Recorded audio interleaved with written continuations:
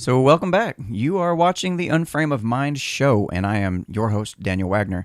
Today, I wanted to talk about some of the aftermath that's happened in light of the Charlottesville protest, rally, debate, fake news story, if you will.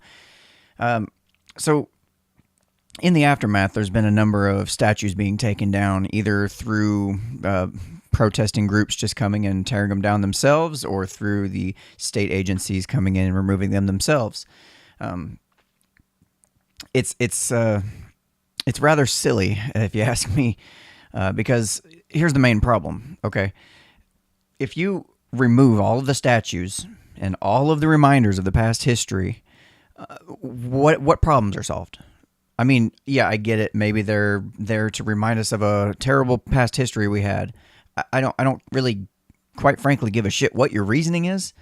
The fact is, it's not going to create more jobs. It's not going to get families off of welfare. It's not going to make this whole race divide any better. All it's going to do is keep drawing and magnifying like you're trying to burn an ant with a magnifying glass. It's just going to keep focusing all of the media attention on this bullshit that's not solving any problems. It's only distracting from everything else that's supposed to be going on.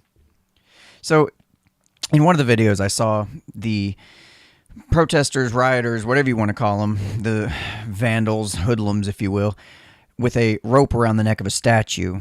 And as they pulled this bronze statue down, they all began to cheer. Now, what I noticed was there was a number of police officers standing nearby. Some of them were even recording the incident. And it's like, okay, this is, first of all, what a hero you are. You battled and defeated that terrible, terrible statue that was threatening your very existence and keeping you from being able to do anything with your life. I am so proud of all those people out there that were able to actually defeat the enemy. Now, for real, you've got a number of police officers standing by watching this happen, which is highly illegal. It's vandalism, for one, public destruction of property. Okay, so my concern isn't so much the hate and the vitriol toward the statues. My concern is what happens when all the statues are down and these people still aren't satisfied.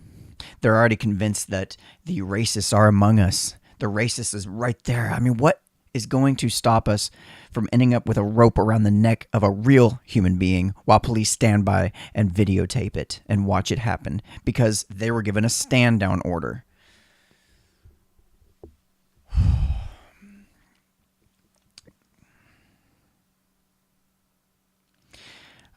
I mean, let's be frank, it's not that big of a skip in logic or a stretch to say that, well, a racist living today is much more dangerous than a statue, a representation of somebody who was a racist back over 100 years ago.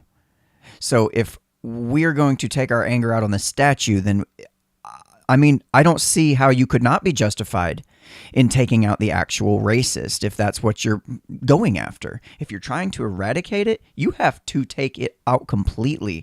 I mean, you can't just go in for cancer treatment and just take most of it out. You got to get all the cancer out, or otherwise you don't solve the problem. It's just going to keep coming back.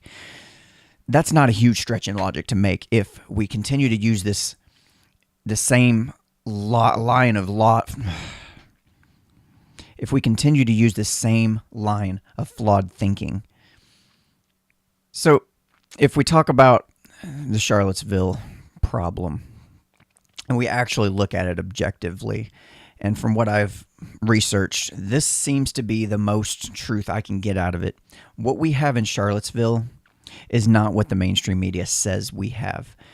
What you actually have is 6 groups. You have the perfect storm of 6 groups of assholes all coming together with their own either short-term or long-term agenda and their own narrative and their own story to tell. You've got the white nationalist groups and neo-Nazis. You've got the alt-left, as what we're calling them now, apparently, which is really just being supported by the left. We're talking about BLM groups. We're talking about the Antifa groups. We're talking about workers.org, the Communist Party, all sorts of groups like that. That's 2. third group, you've got the police force, the local police force that was there, standing down, not doing shit to help anybody. From all reports I can tell, they spent a couple hours just standing around letting the bullshit happen. You've got the Federal Reserve Forces. That's 4 that were standing around also doing nothing. Had highly armored vehicles, body gear, all sorts of ammunition, what have you. And correct me if I'm wrong, but from what I understand, the actual groups of protesters and anti-demonstrators, they weren't that numerous. They might have been around 500, where you had around 1,000 of the police force, National Guard, and those kind of folks. So that's 4 groups that were a bunch of assholes. The 5th group is you actually have the local government. You have the racist vice mayor, who's been known for being an anti-white gentleman, if you will, for lack of a better term.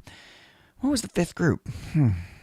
Oh, right. The media that sat there and blew this shit out of proportion. It sits there and tries to push their own narrative on top of everything else.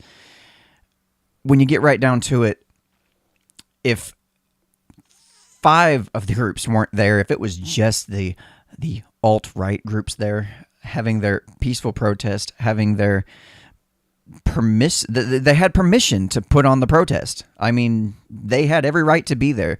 Yeah, I don't agree with a damn thing they say. It's just, they have a right to say it. They have a right to be there. They filed the proper paperwork.